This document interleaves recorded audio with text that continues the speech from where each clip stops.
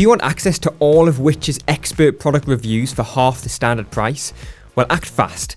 Our digital annual offer ends on the 19th of June. That means time is running out to purchase an annual digital subscription at the low price of just £39.50. That's a saving of 50% and works out at less than 80 pence per week. A digital Which subscription gives you access to all of our product reviews, from fitted kitchens and ovens to mattresses, cars and televisions. Which purchase all the products we review and test them rigorously in our lab to ensure they are equipped for real-world demands. Our in-depth reviews are independent and impartial to give you the confidence to make informed purchase decisions that are right for you. The digital subscription also gives you access to the Which app, use of the Ask Which service where you can receive one-to-one personalised buying advice, as well as the digital edition of the Which magazine each month.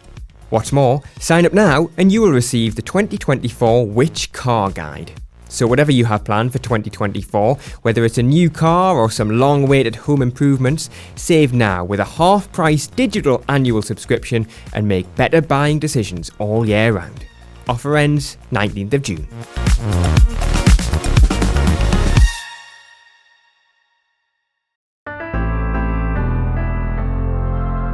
Hello and welcome to the Which Shorts podcast. I'm James Rowe. This is the podcast that brings you the very best from Which, with a weekly taster of some of the brilliant journalism you can expect from your suite of magazines. With the summer holidays just around the corner, today we're looking at what we think are the essential tasks to do before you travel to ensure your holiday goes off without a hitch. In the June edition of the Which Tech magazine, Nicole Kobe collated the best tips for staying safe, which products are essential to keeping yourself entertained, and the best ways to spend your cash when abroad. Here's her piece, read by the host of the Which Get Answers podcast, Grace Farrell.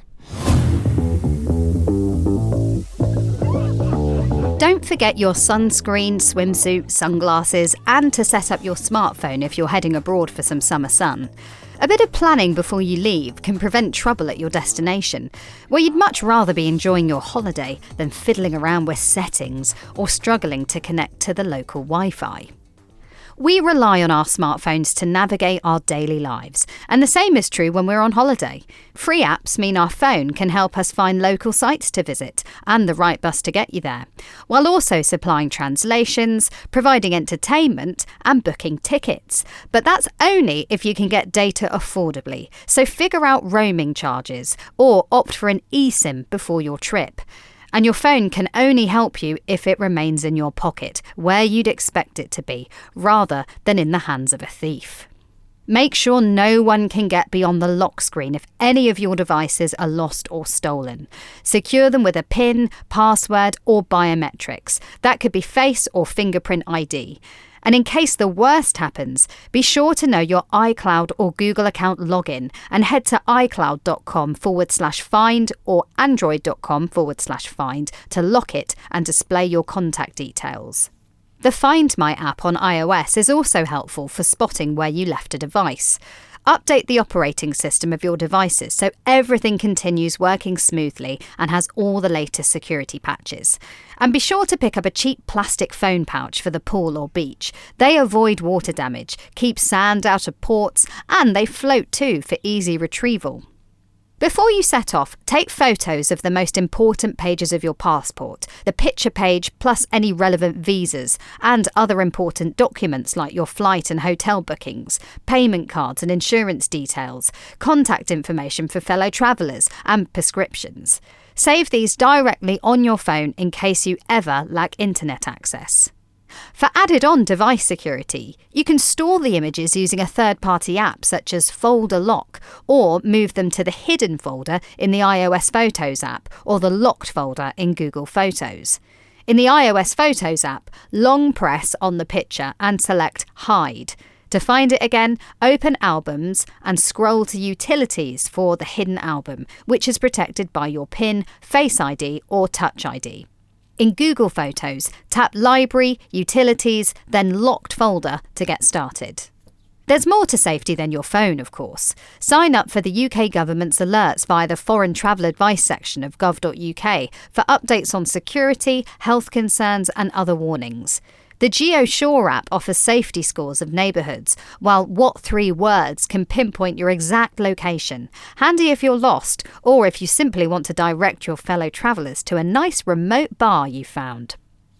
To monitor your luggage, wallet, or even your children via their backpack or jacket, consider a tracking device such as an Apple AirTag or Chipolo or Tile Tracker. They can be expensive. AirTags are £35 each at the Apple Store, but you can find them for less by shopping around. You've not finished packing until you've hit the App Store.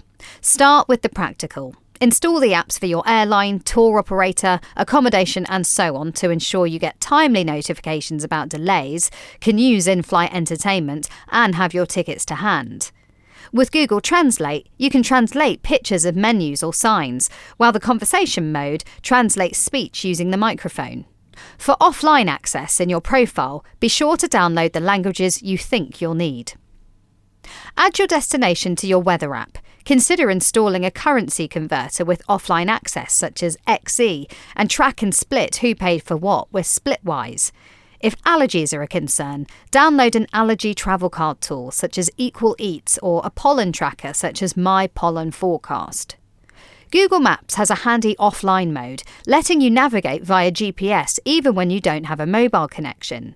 Tap your profile icon in the app, select Offline Maps, and download the region you'll be visiting. You'll still need a data connection for directions. And be aware that Google's transport data, such as bus or train timetables, can be inaccurate abroad. Local transport apps are also worth investigating, in particular for public transport, taxi hires and bike shares. A bit of research before departure can save you from frustrating journeys, so consider having the local version of Uber already installed and preloaded with your payment cards. Use your phone to find your fellow travellers if someone is lost, or if you're simply meeting up in a park or town square. In iOS, add friends and family to the Find My app, which lets users share their location. In Google Maps, tap your profile icon, then Location Sharing, and either share with a Google contact or click More Options to send a link via the other usual channels. WhatsApp also allows users to share their location. In a chat or group, tap the plus icon and then Location to share live location updates for a set time period. Unsure about a site, restaurant or tour? Check reviews on Google Maps or TripAdvisor. Some regions favour one review site more than others, so keep an eye out for where your travel guide or taxi driver asks you to leave a rating. You can bring your favourite TV shows with you, for the most part. The Apple TV Plus app allows streaming when travelling, but content is limited geographically, so the availability of shows depends on your location. Disney Plus streaming works as long as the platform and show are available in your destination, so download your shows to be sure. BBC iPlayer can't be streamed when abroad, so download any programmes you'd like to watch onto your device before you leave. With Netflix, downloaded titles may not be available everywhere. Streaming works when abroad in all but a handful of countries, but the selection of titles may differ and you'll be limited to 31 days away from your usual home Wi-Fi network.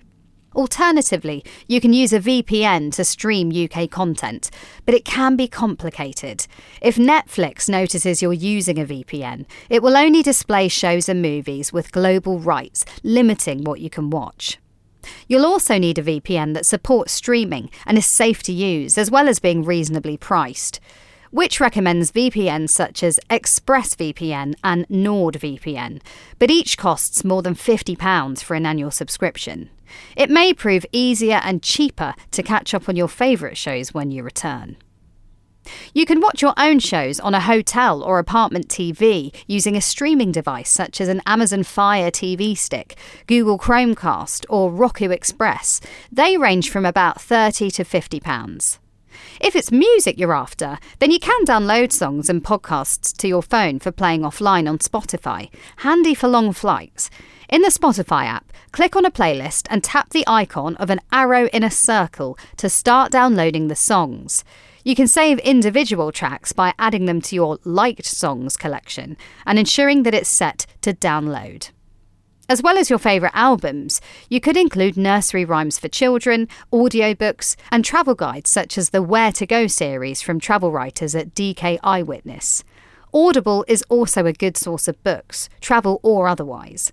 Download a white noise track for drowning out external noises. And if you have trouble napping on planes, try composer Max Richter's sleep album, designed by a neuroscientist to help you nod off.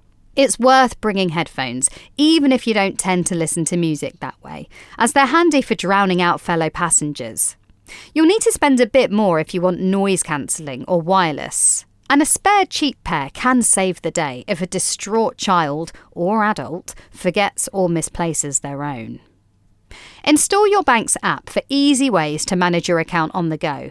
You can help to avoid fraud checks by informing your bank of your travel plans. While not strictly necessary these days, it's easy to do in banking apps. Check what your bank charges for cash machine withdrawals and card payments in other currencies. There's often a hefty fee. If so, opt for a prepaid travel card such as the Post Office Travel Money Card. You could also try app-focused alternatives such as Wise or Currency, which links to your existing account. Each charges fees in different ways, so read the terms. Another option you can consider is to open an account with challenger banks Monzo or Sterling, which don't charge fees for transactions or limited withdrawals abroad. Speaking of fees, be cautious of roaming charges. This is how much your mobile provider will bill you for using your phone abroad. These fees vary across operators and destinations and are subject to change. In the EU, EE and 3 charge a flat daily fee of £2. Vodafone's charge depends on the contract, and O2 doesn't charge. All have fair use limits between 12 GB and 50 GB a day. EU roaming is often free on virtual providers such as giffgaff and Tesco Mobile, so it might be worth switching to a monthly SIM for longer trips. Operators limit how long a SIM can be used abroad without returning to the UK, so read the terms carefully. Outside Europe, operators charge a daily rate, normally £5 or £6, to use an existing account. Some offer pay monthly contract extensions for roaming abroad. For example, 3 charges £5 a day for selected non-EU destinations, while EE charges £25 a month for roaming across dozens of countries. The best choice depends on your contract, destination, and trip duration.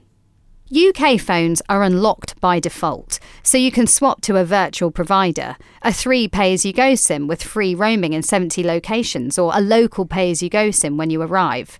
However, that means you'll have a new number, and not all networks work on every phone. Another alternative is an eSIM, a virtual phone number accessed via an app or QR code, but not all phones support them. iRalo and EasySIM offer a range of packages depending on destination and duration, so shop around. Share your data by using your phone as a hotspot, but be aware this will reduce battery life. To fine-tune your data management, turn off data but allow voice calls and texts for emergency contacts. Enable low data mode in iOS or data saver in Android to pause app updates on mobile data, or disable data roaming and wait until you have Wi-Fi.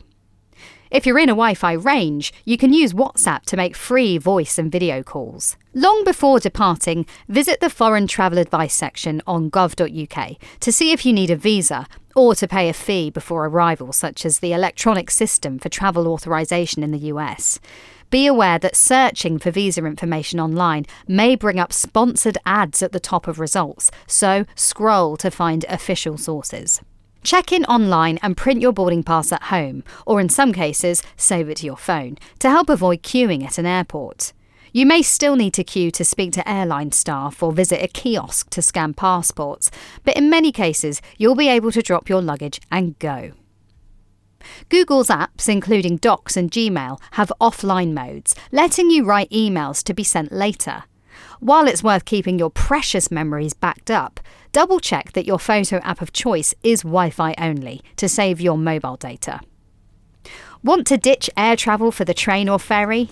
The Rome to Rio app and website finds and prices transport routes between any 2 points, making it useful throughout your travels. Meanwhile, the Man in Seat 61 website simplifies rail travels for routes out of the UK and around the world. It's ideal for train aficionados.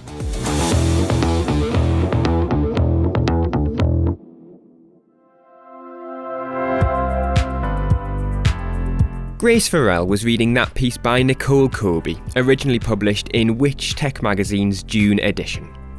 Want to subscribe and get the magazine delivered direct to your door? I'll pop a link in the description of today's show.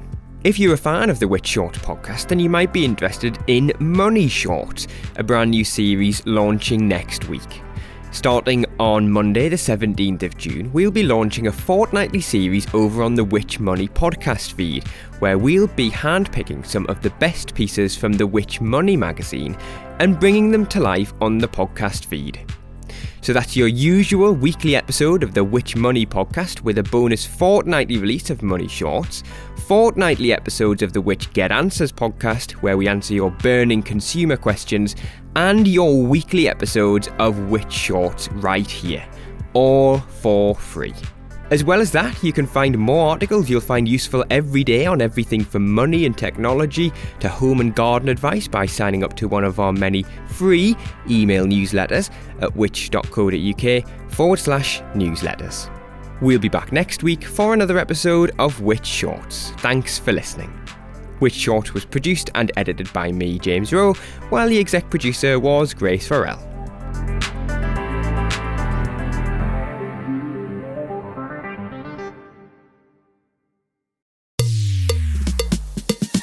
As well as being an expert on money matters, did you know that Which also has a team of experts in various aspects of UK law? Which's legal advice service gives its members access to this team, allowing them to call up and get advice on a range of legal matters that impact consumers' everyday lives. Whether it's a rental dispute, a last-minute holiday cancellation, or legal employment advice, Which can give you personalised, one-to-one advice in a simple, convenient and affordable manner. Don't struggle in silence or suffer the stress of wading through endless streams of online information from unreliable sources.